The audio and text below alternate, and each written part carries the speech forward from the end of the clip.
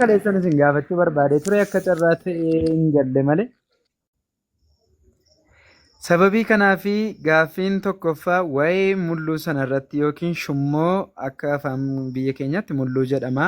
Akka afaan biyya garaagaraatti shummoo hin jedhama.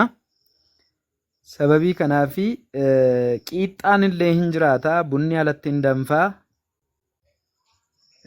Namni sababa isaa beeku jira. Maaliif mulluun alatti affeelame yookiin shummoon alatti affeelama? Sababa isaa namni beeku hin jira.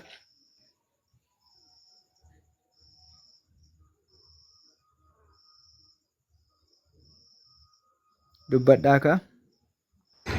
Tole yoon beekullee baadhe waa xiqqoodha nassi ibsa.